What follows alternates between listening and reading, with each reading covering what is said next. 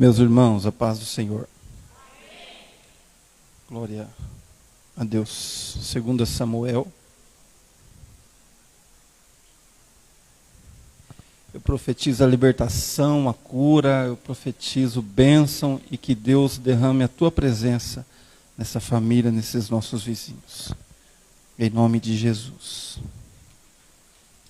2 Samuel, capítulo 6. Louvado seja o nome do Senhor. Quando as crianças sobem, eu lembro daquela passagem, inclusive está nesse contexto aqui, quando Davi quer ir ao encontro dos filisteus, ele faz uma pergunta para Deus: posso ir? Deus fala assim: quando você ouvir o barulho do exército por cima da copa das amoreiras, então você vai. E aqui a gente ouve por cima, né? O exército que vai subindo. Essas crianças são uma benção. Louvado seja Deus.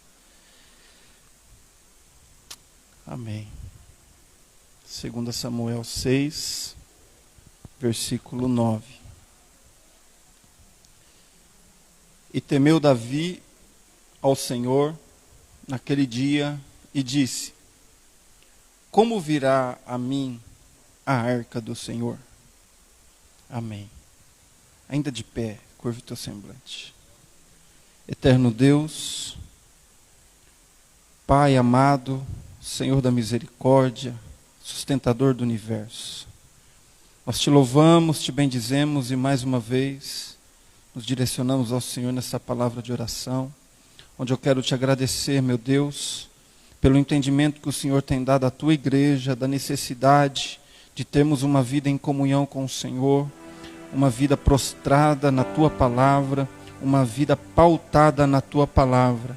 Por isso, Senhor, me coloco à sua disposição, para que o Senhor me use como uma ferramenta, para que o Senhor me use simplesmente como um instrumento da tua palavra nesta noite, para que os meus irmãos sejam edificados. Senhor, que ninguém se lembre quem eu sou, mas que se lembrem sempre quem foi que me trouxe aqui para proclamar as tuas verdades. Em nome de Jesus, te agradeço por tudo. Amém. Pode se sentar, meus irmãos. Pai do Senhor, para você que está nos ouvindo do outro lado, que Deus possa abençoar a sua vida e a sua casa também. Como o pastor disse, pastor, hoje eu vim com um pensamento assim. Hoje eu queria descansar, até falei com a minha esposa, né? Hoje eu quero descansar. Cheguei mais cedo do trabalho, então quero aproveitar. Até pensei vou ligar o pastor, quem sabe eu posso ficar em casa hoje. Mas sempre que eu penso assim, o Espírito Santo brada dentro de mim, Miqueias 2:10. Levantai e andai, porque não é aqui o vosso descanso. Aí começou a me dar um comichão, pastora Vitória. Não, vou tomar banho. Aí o pastor já me mandou uma mensagem, falou: servo de Deus, preciso falar com você. Aí, em vez de descansar, eu vim mais cedo para a igreja. Mas com prazer, né? Com alegria. Louvado seja Deus por isso. Realmente, o nosso descanso não é aqui. E eu não sabia que o pastor me pediu para ministrar, mas aprendi que o obreiro precisa manejar bem a palavra. E aprendi também que um obreiro jamais diz não para o seu líder. Dessa forma, minhas pernas tremem. Todas as vezes que eu sou convidado, sou incumbido de ministrar a palavra de Deus. Suador, mão fria. Mas eu creio que o Senhor terá misericórdia de mim e vai falar ao seu coração nesta noite. Amém? Louvado seja Deus. E temeu Davi ao Senhor naquele dia e disse: como virá a mim a arca do Senhor?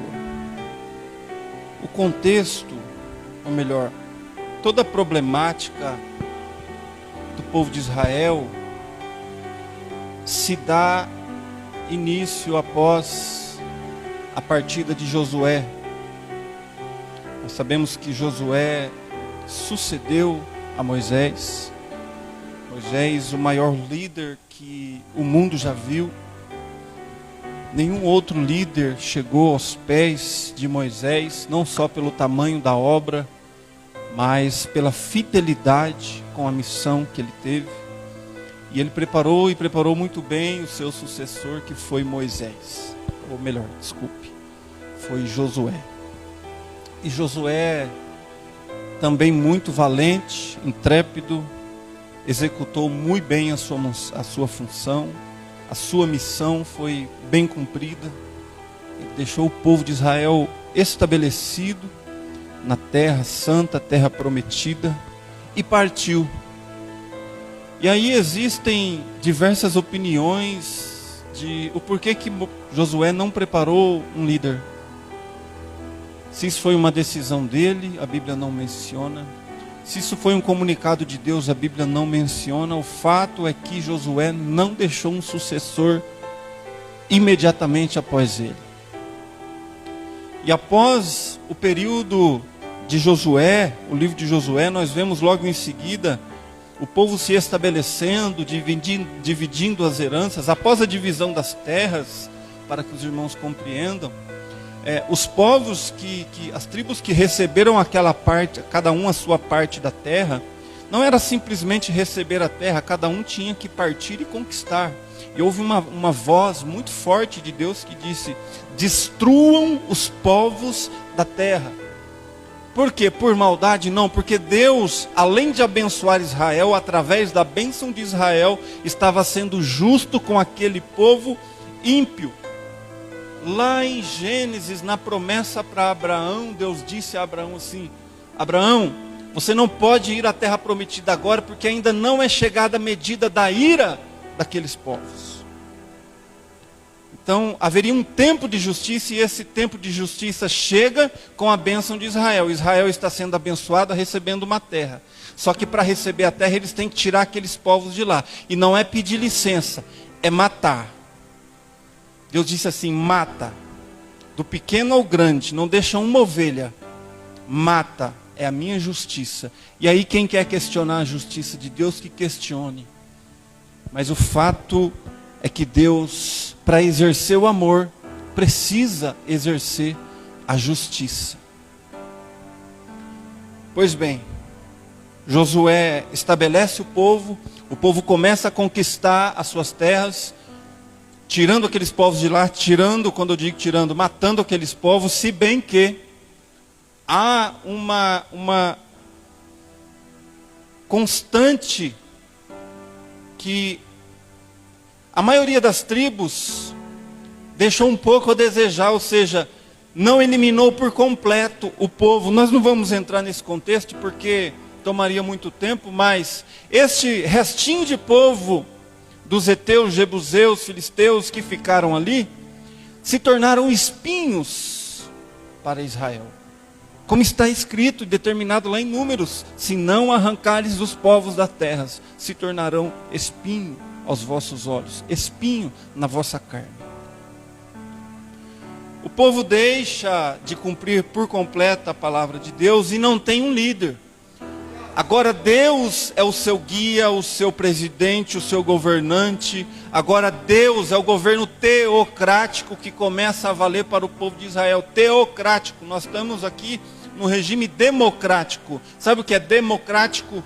Demo significa povo, é a vontade do povo, não é assim? Entre aspas, está lá quem a gente votou, é a nossa vontade, democracia, vontade do povo. Mas o povo de Israel estava vivendo o período da teocracia, a vontade de Deus. Quem manda é Deus, quem fala é Deus, quem determina é Deus, e a ordem vem de Deus. Então agora Deus era o guia, Deus era o presidente, Deus era enfim, o líder deles. Eles teriam que obedecer a Deus. E aí Deus vai usar os seus profetas, os seus juízes. Então nós entramos no período dos juízes, livro dos juízes.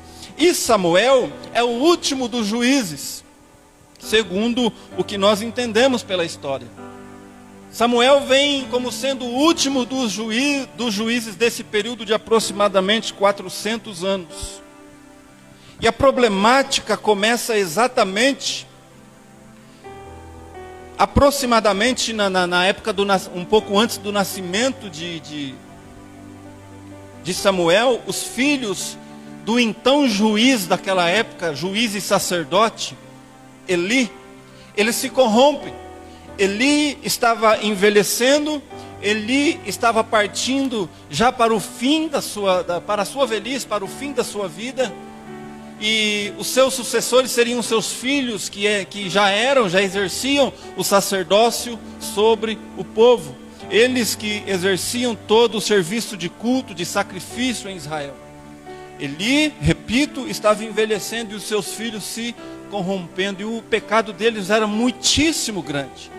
O pecado dos filhos de Eli era absurdo. Eles se prostituíam dentro do templo de Deus.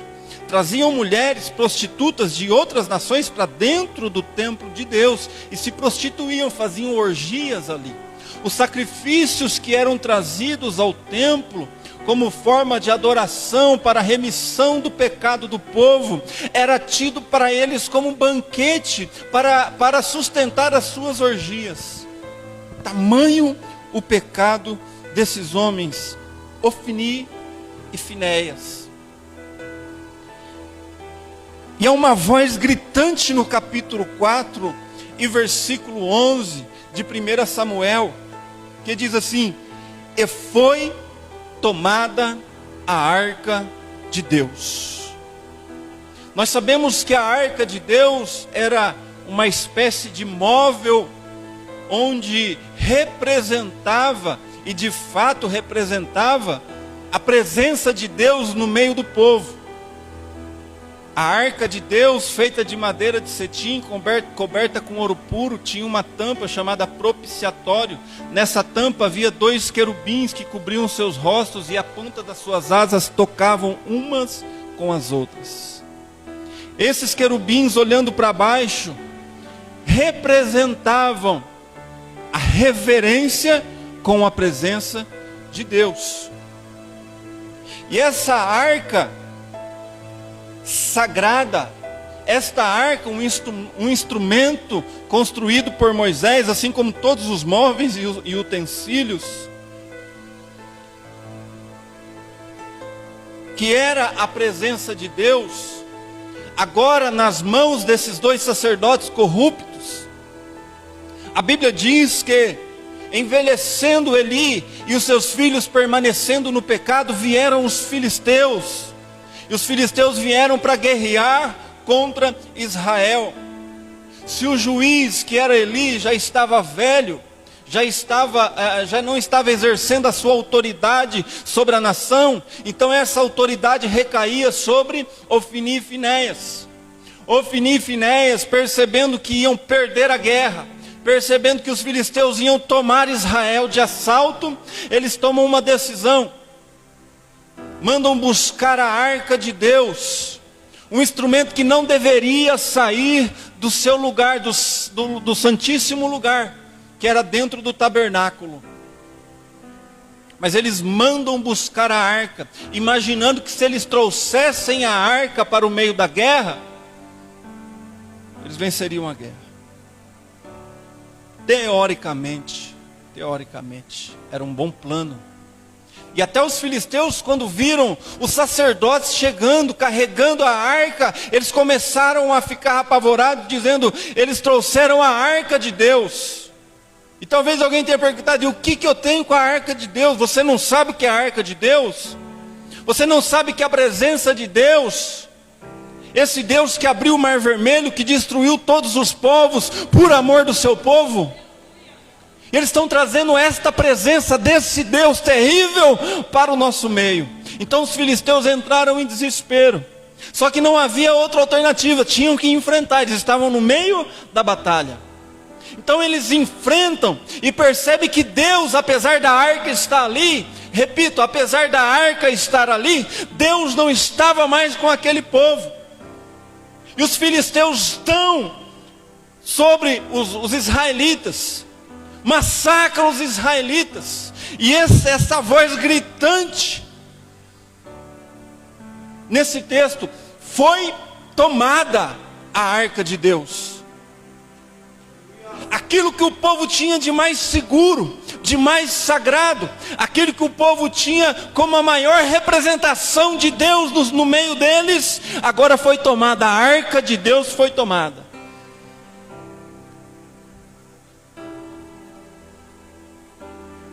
Me perdoe a expressão, uma desgraça. A pior coisa que poderia acontecer a Israel aconteceu aqui. Foi tomada a arca de Deus. E o texto vai se desenrolar, porque os filisteus vencem a guerra, e agora eles estão, além de ter vencido, eles estão com a arca de Deus, a presença de Deus, entre aspas. Mas eu quero chamar a atenção que nós podemos estar representando alguma coisa, sem que essa coisa que nós tentamos representar realmente esteja acontecendo. Trazer a arca, trazer a presença, trazer a aparência, não representou muita coisa, porque o Deus da arca não estava lá. Não adianta, nós falávamos aqui antes do culto, estamos preocupados com algumas situações. Eu sei que o pastor me permite falar, ele tem falado aqui, queremos, deixar a arca de Deus bonita, a casa de Deus bonita. Temos agora a convicção de que Deus, ou melhor, temos a esperança de que Deus vai nos proporcionar que não tenha mais interrupções nos cultos da igreja. Então nós queremos começar a preparar as coisas como já tinha nos planos. E não há nada de errado com isso, pelo contrário, é o zelo, é o cuidado. Mas não adianta ter uma casa bonita, cadeiras bonitas, não adianta a gente cobrir toda a frente, pode colocar ouro e prata aqui em volta, se a presença de Deus não estiver aqui, de nada adiantou. Se a presença de Deus não estiver na minha vida, esse terno não vale nada, essa gravata não representa nada, a Bíblia que eu carrego como um desodorante debaixo do braço não representa nada. O que representa a salvação da minha casa é a presença de Deus na minha vida. Esse povo vai aprender isso da pior forma, é perdendo a presença de Deus. Avançando um pouco para entrar no texto, a arca de Deus é depositada em uma cidade dos filisteus, e lá nessa cidade começa a gerar problemas, porque se os israelitas tinham perdido a presença não pode ficar em qualquer lugar, a presença não se acomoda em qualquer lugar. Não é de qualquer maneira que se aconchega, que se acomoda a presença. Então a arca, no meio daquele povo ímpio, onde haviam muitos deuses, o principal deles, o Dagon, é colocada ali. E é óbvio que Deus não estava feliz com aquilo. E Deus começa a agir.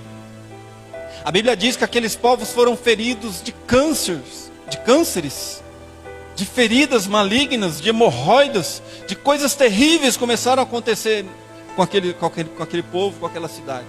Então eles tiram a arca dali e enviam para outra cidade. Lá acontece a mesma coisa. O povo é ferido, o povo adoece.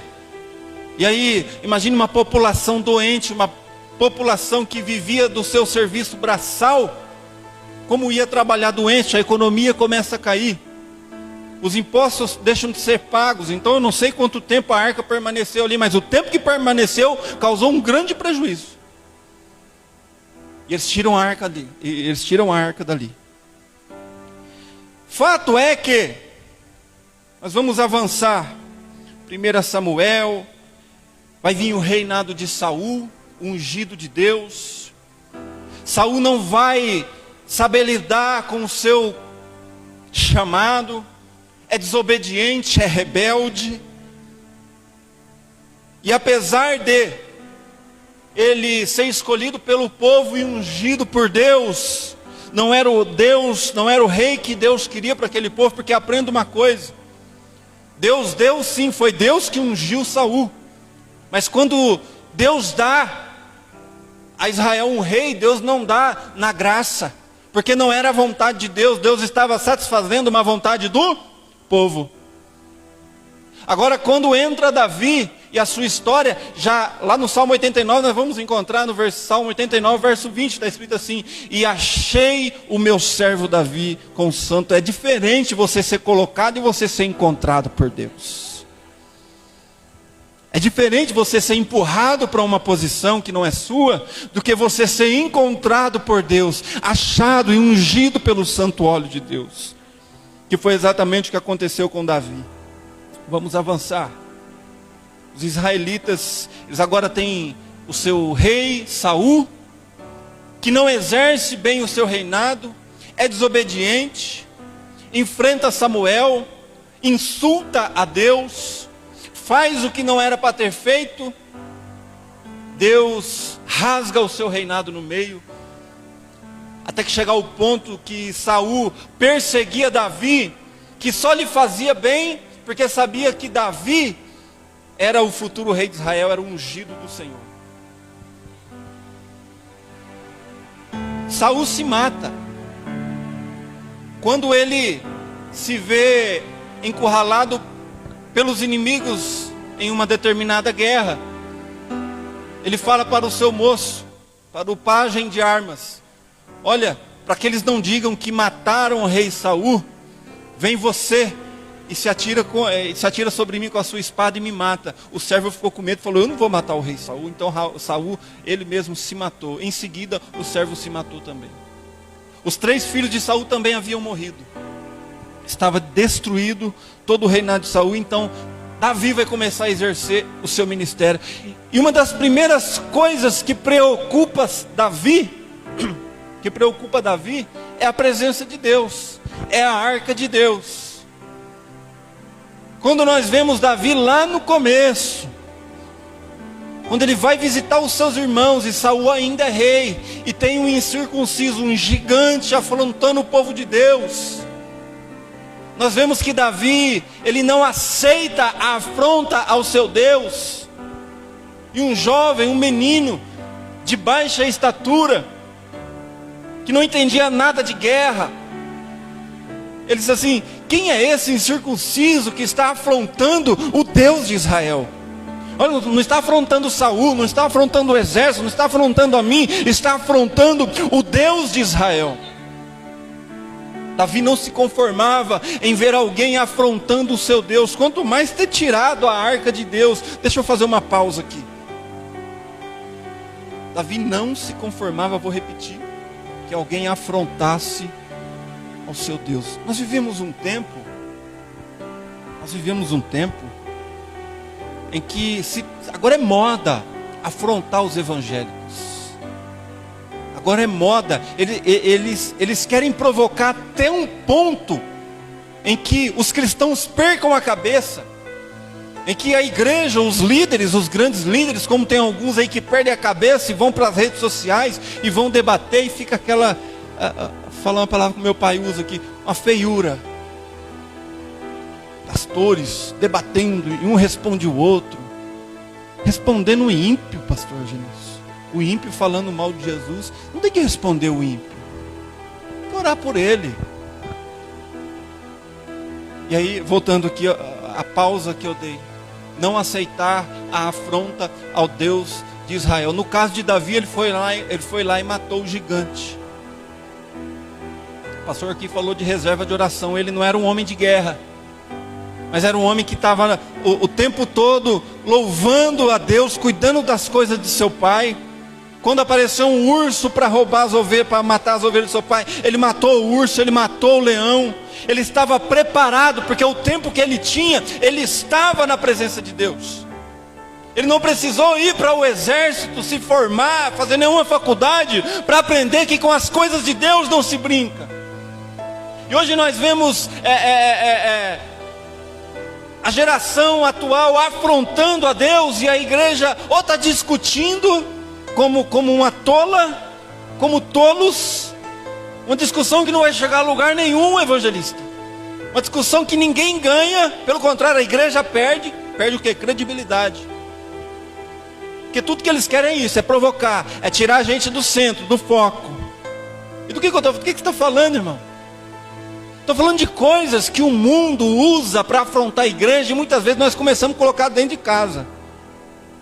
Eu não aceito.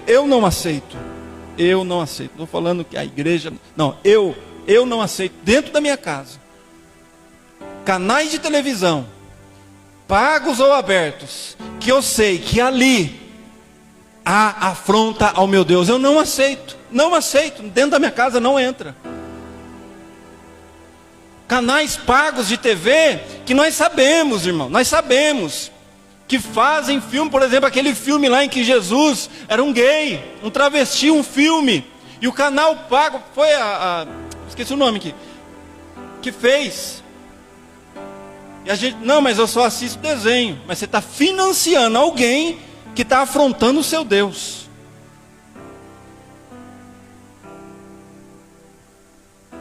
A nossa geração aceita a afronta ao nosso Deus como se nada tivesse acontecendo. Ou seja, eu vou tirar o que é proveito para mim. O que ela faz, se ela afronta ou deixa afrontar, não é problema meu. Como não é problema seu? Não era problema de Davi a guerra de Saul. A guerra era de Saul, não era de Davi. Mas tinha alguém lá que estava dizendo que o Deus de Israel não era Deus. Davi falou, opa! Agora falou do meu Deus. Então nós estamos colocando coisa dentro da nossa casa, tirando o que há de proveito. Não, mas para mim eu só vejo isso, para mim eu só vejo aquilo. Mas você sabe que lá na emissora, você sabe que lá na reunião dos chefes, o desejo deles, o objetivo deles é acabar com a fé cristã.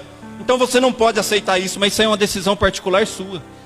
Na minha casa não vai entrar nunca Netflix, Rede Globo. Não, na minha casa não. Agora isso aí é decisão sua, isso é problema seu. Acertar contas com o teu Deus aí é você e Deus. E existem outras coisas mais. Vamos voltar. Davi não aceitava essa afronta, e a primeira preocupação dele como rei era essa: vou buscar a arca. Não foi a primeira decisão, mas a primeira preocupação dele era buscar a arca. E algo muito interessante, eu perdi o texto aqui, 2 Samuel. Algo muito interessante é que a arca ficou aproximadamente, isso aqui a igreja sabe de cor salteado, 20 anos na casa de Abinadab, querido irmão. 20 anos na casa de um homem. A arca de Deus ficou ali 20 anos. E o texto não me fala absolutamente nada que tenha acontecido de bom ou de ruim naquela casa. O texto não apresenta nada na casa de Abinadab que tenha mudado com a presença de Deus. Porque tem pessoas que levantam o braço e canta e grita e esguela que é a presença de Deus e a presença de Deus, mas você olha para a vida dela e não mudou nada. Está falando que a pessoa não ficou rica, que a pessoa... Não é isso que eu estou falando. Continua o mesmo mentiroso de sempre, continua a mesma traidora de sempre, continua a mesma pessoa ruim, do coração duro de sempre, apesar da presença de Deus estar lá. Mas será que a presença de Deus está lá? Que presença é essa que não muda? Que presença é essa que não transforma? Que presença é essa que não salva? Que presença é essa que não faz com que eu queira pelo menos ser alguém melhor? E na casa de Abinadab não havia nada. Nós não estamos ensinando, discipulando os nossos filhos. Nós não estamos tentando a todo custo salvar a nossa casa. Eu me encho aqui, eu me alegro aqui, eu me emociono aqui, eu me solto aqui, mas dentro da minha casa continua a mesma coisa. Estava ouvindo o pastor Hildo Cavalcante. Ele fala dos pregadores. Que pregar na casa dos outros é fácil. Pregar na igreja dos outros é fácil. Pregar quando eu estou fazendo uma visita é fácil. Pregar quando eu estou até na rua é fácil. Agora dentro de casa, onde as pessoas me conhecem, é que é difícil. Dentro de casa, onde todos conhecem o meu caráter, é que eu quero ver a pregação fluir. É que eu quero ver sair o glória a Deus da boca. Aleluia.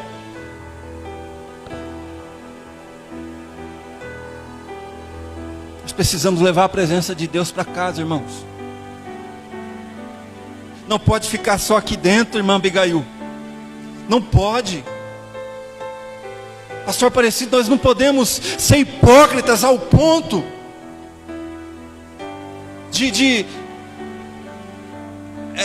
me fugiu a palavra aqui, persuadir as pessoas aqui dentro, e não conseguir persuadir quem está do nosso lado, quem convive conosco, quem sofreu conosco. Já viu aquele ditado assim, só vai provar que me ama depois de comer 1 quilo de sal comigo, não é assim? As pessoas que comeram 1 quilo de sal com você a vida inteira, aí você vem e dá uma de transformado aqui dentro, mas a sua casa continua a mesma. O Evangelho é transformação de vida. Paulo diz em Romanos capítulo 1, no versículo 16, porque o Evangelho é o poder de Deus para a salvação de todo aquele que crê, não só os judeus, mas também o grego. Ou seja, é para todos. O Evangelho é o poder de Deus. Não é a minha palavra que é o poder de Deus, não é o meu chamado, é o Evangelho que é o poder de Deus. O Evangelho transforma, o Evangelho muda a história, o Evangelho muda vidas, o Evangelho divide famílias, porque aquele que é transformado, ele não consegue mais ser a mesma pessoa. Louvado seja Deus. Abinadab tinha esse estigma. Eu quero repreender todo o estigma de Abinadab, todo espírito maligno que trava a sua vida, que não deixa você viver o que você prega. Nós vamos repreender hoje aqui em nome de Jesus. Não é profética sexta-feira? Então vamos profetizar que o Espírito Santo, ele vai caminhar com você, e você vai caminhar com ele de mãos dadas, e vai haver transformação na sua história. A arca sai da casa de Abinadab, porque Davi tem a intenção de tirá-la e levá-la para a sua casa, para o seu palácio, ou seja, para a cidade de Davi. Só que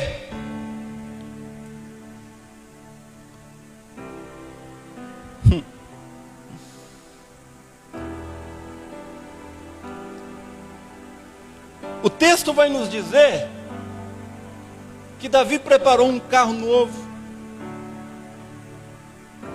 Os homens se vestiram, pegaram seus instrumentos. Vamos ver?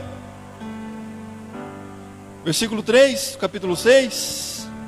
E puseram a arca de Deus em um carro novo, e a levaram da casa de Abinadab, que está em Geba, e Uzá e Aiô, filhos de Abinadab, guiavam o carro novo. E levando-o da casa de Abinadab, que está em Geba, com a arca de Deus, Aiô ia adiante da arca. E Davi e toda a casa de Israel alegravam-se perante o Senhor com toda sorte de instrumentos de madeira, faia, harpas, saltérios, tamborins, pandeiros, símbolos. E chegando à eira de Nacon, estendeu Uzá a mão à arca de Deus, e segurou-a, porque os bois a deixavam pender. Então a ira do Senhor se acendeu contra Uzá, e Deus o feriu ali por esta imprudência, e morreu ali junto à arca de Deus. Onde está o erro? Olha como a intenção era boa. Davi preparou um carro novo. Os filhos de Abinadab, que estavam ali com a arca aquele tempo todo, fizeram questão de ir junto, irmã Lúcia. Então nós vamos junto. Melhor, vamos adiante, cuidando, para que nada acontecesse com a arca. Apesar de não ter acontecido nada, tem gente que está cuidando da igreja, tem gente que faz tudo pela igreja, tem gente que mata e morre pela igreja, mas na casa dele ainda não aconteceu nada. Tem gente que faz tanto tempo que está na igreja, mas lá dentro está murcho, é uma tristeza, é uma solidão. Só Deus sabe quando você deita a cabeça no travesseiro, o vazio que há na alma. O marido não satisfaz, os filhos não satisfazem, a esposa não satisfaz. A igreja, por mais que o pastor seja amoroso, não satisfaz. Há um vazio aí dentro que só Deus pode preencher. Quem sabe não é hoje o dia que Deus te trouxe aqui para te encher da presença dEle, e esse vazio vai acabar hoje, porque a palavra diz que onde há trevas e Jesus chega, as trevas têm que se dissipar, porque o nome dEle é luz. Louvado seja Deus. Carro novo, instrumentos, música, culto. Só que lá atrás, Deuteronômio, lá no Pentateuco, Números, Levítico, foi determinado que os levitas deveriam carregar a arca de Deus, e os levitas iam carregar a arca de Deus nos ombros. Quer carregar a presença de Deus, mas não tem couro duro. Quer carregar a presença de Deus, mas não tem joelho no chão. Quer carregar a presença de Deus, mas não coloca a cara no pó. O couro está mole, não aguenta pancada. É uma bronca do pastor e tchau igreja. Não suporta o fardo para carregar a presença de Deus, amados. Tem que ter coragem. Tem que ter coragem de enfiar a cara no pó, de viver com o joelho no chão, porque carregar a presença de Deus,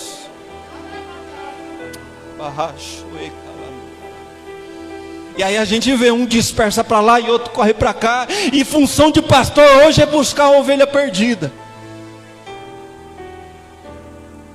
Sempre foi, me entenda bem. Mas já não pregamos mais o evangelho, já não evangelizamos mais. O trabalho agora é ficar reunindo. Parece que estamos enxugando gelo. Você pega e a água escorre. Estamos enxugando carvão. Vai ficar limpo nunca, porque não prepara os lombos. O evangelho é duro. O evangelho requer mudança. O evangelho requer renúncia.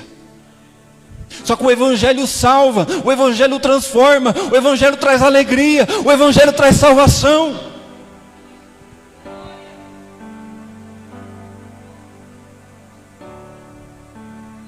As horas se foram.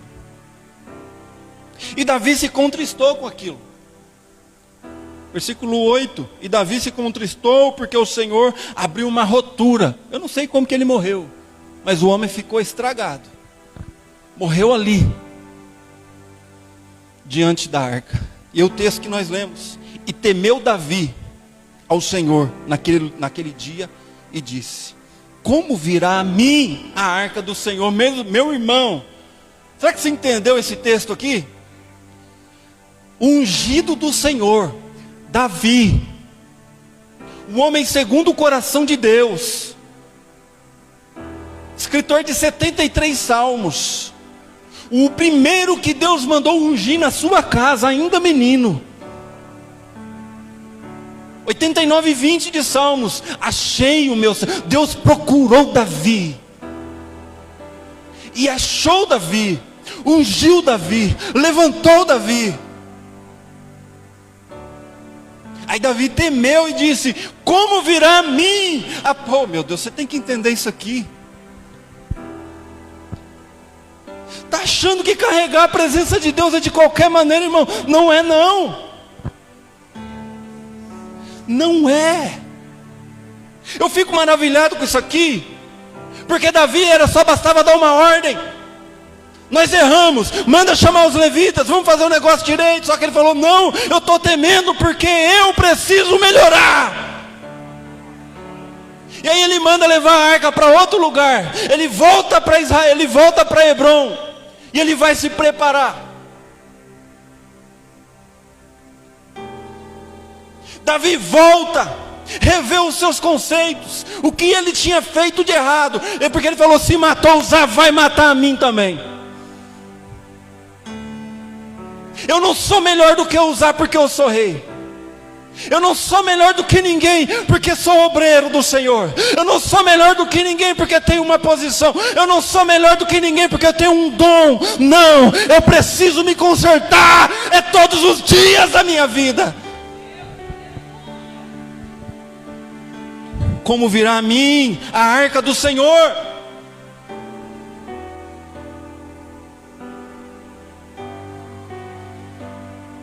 Louvado seja o nome de Jesus.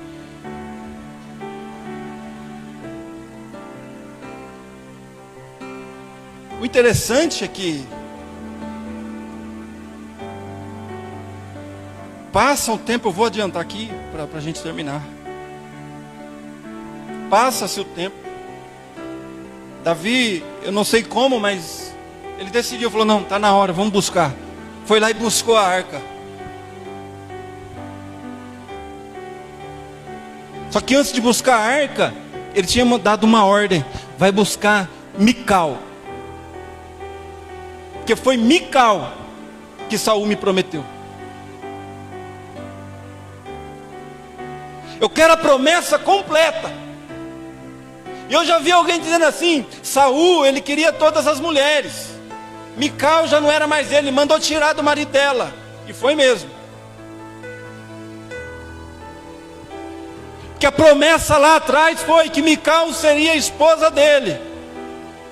E para Davi se constituir rei sobre Israel, ele tinha que mostrar para aquele povo que ele ainda se lembrava das primeiras promessas. E ele estava mostrando para o povo o seguinte: eu sou líder por completo. Eu reivindico todos os meus direitos, mas também eu faço todas as minhas obrigações. Aí Mical vem. E Mical já, pelo que o texto indica, já não era tão apaixonada mais por Davi, ou melhor, nem era mais apaixonada por Davi, e nem Davi por ela. O fato é que Davi estava reivindicando o seu direito. Mical vem. E no dia que a arca entra em Jerusalém, Mical está lá. E ela vê Davi despido. Despido não quer dizer nu, quer dizer sem as vestes reais. Ele tirou o manto, ele tirou a coroa, ele jogou o cetro. Jogou não, ele deu o cetro para alguém guardar e falou, hoje nós vamos dançar, hoje nós vamos adorar. Hoje ninguém aqui, a presença de Deus está chegando. E quando a presença de Deus chega, ela nivela todo mundo. Seja na esperança, seja no amor, ou seja no juízo. Porque nós estamos vendo um juízo sobre a terra, onde igualou presidente, mendigo, patrão da empresa, o funcionário, o operário, o RH, todo mundo. Do grande ao pequeno. A doença veio para matar. Só que tem alguém que está no controle e está dizendo, estou guardando. E aí alguém vai dizer, e por que Deus não guardou muitos servos dele? Alguém vai dizer, e se Deus guarda, por que não guardou fulano de tal e fulano de tal? Você está triste porque alguém foi para a glória? Você está triste porque alguém foi se encontrar com Deus? A presença de Deus vem entrando em Jerusalém e vai igualando todo mundo. E quando Davi vê ela chegando, ele começa a se alegrar. Fique de pé em nome de Jesus. Cadê Abigail? Ele vê, ele não se aguenta, ele fala, não, está chegando. Está chegando, eu preciso fazer alguma coisa. Está chegando a presença de Deus. Os príncipes, as princesas do reino já estavam ali observando. E talvez eles esperassem, pastor, que Davi fosse levantar o cetro e fazer um discurso diplomático e dizer, olha, a partir de hoje, e isso e aquilo outro. Davi começa a tirar o seu manto, e ele pede para alguém segurar a coroa, e aí vem um servo, o que você está fazendo, rei? Segura aqui meu cetro, eu quero adorar a Deus. Mas o protocolo, não quero saber de protocolo, eu quero adorar ao meu Deus. Olha, eu quis trazer a presença, mas não pude. Eu voltei para minha casa, eu me consertei, e agora eu mandei buscar, e não vou admitir que na presença do meu Deus,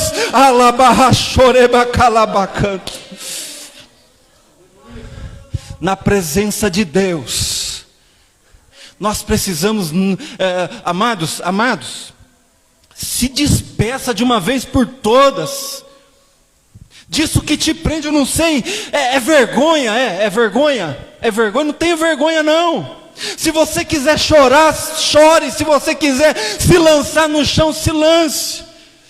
O pastor fala, e com razão, muitas vezes não gosta de meninice, eu também não. Mas se rasgar na presença de Deus, muitas vezes vai exigir uma quebra de protocolo. Vai exigir que você deixe o manto de lado, que você deixe o cetro de lado e venha adorar, porque a presença de Deus vai nivelando, vai igualando, todo mundo igual. É todo mundo igual. É todo mundo igual. Eu não sei a tua profissão, eu não sei quantos anos você tem de crente. Eu quero te dizer uma coisa, a presença de Deus está aqui e ela veio para nivelar. Pode louvar, Abigail. O protocolo sanitário não permite que nós demos as mãos, correto? Mas eu quero fazer um pedido. Eu sei que isso não vai trazer problema. Você que precisa, necessita, sentiu o desejo, quer, você quer ser cheio da presença de Deus, tem alguma coisa te impedindo, eu não sei o que é. Chegou a hora de falar. Mas o Espírito Santo falou com você aí. Você precisa se encher da presença de Deus. Esquece tudo que você tem. Esquece tudo que você é. Sinta a glória. O demacai, eu sou o becai. Sinta a glória.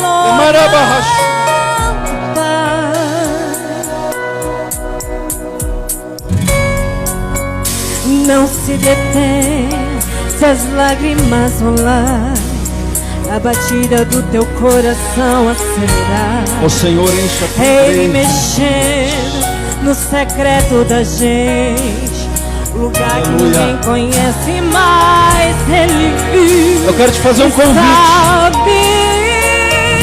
Eu quero te fazer um convite, só se você quiser, não é porque eu estou falando não. Se quiser dar um passo aqui à frente, nós vamos orar por você. Se quiser dar um passo aqui à frente, o Espírito Santo, só mantenha a distância. Vem para cá, mantenha a distância. O Espírito Santo pode te batizar e te renovar hoje. Deus pode encher a tua vida de uma maneira tal. Que presença é essa? Presença que mexe, confronta com tudo aqui dentro da gente, que causa arrepio na alma e a gente sente Jesus. Deus começa a encher. Que perca dinheiro e perca amigos, só não quero perder tua presença.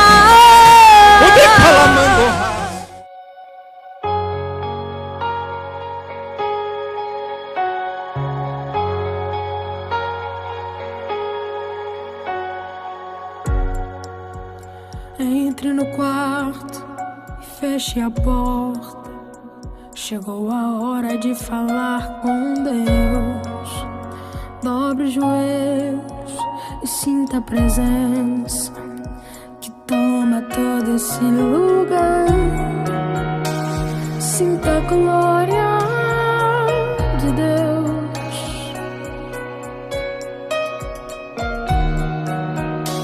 Sinta a glória do Pai. Não se detenha se as lágrimas rolarem e as batidas do seu coração acelerarem. É Ele mexendo no secreto da gente, o lugar que ninguém conhece, mas Ele viu e sabe curar. Ele viu e sabe o remédio pra curar toda ferida.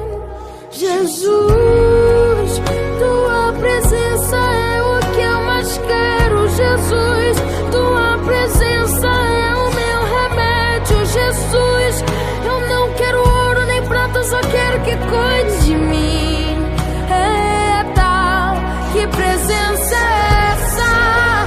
Presença que mexe e confronta com tudo aqui dentro da gente, que causa arrepio na alma e a gente sente. Jesus, que eu perca dinheiro e perca amigos, só não quero perder tua presença.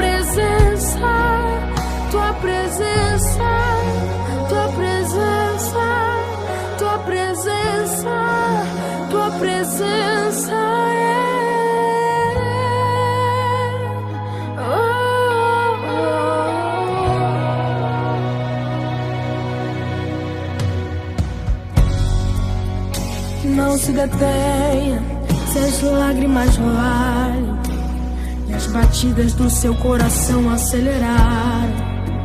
É Ele mexendo no secreto da gente, um lugar que ninguém conhece, mas Ele viu e sabe.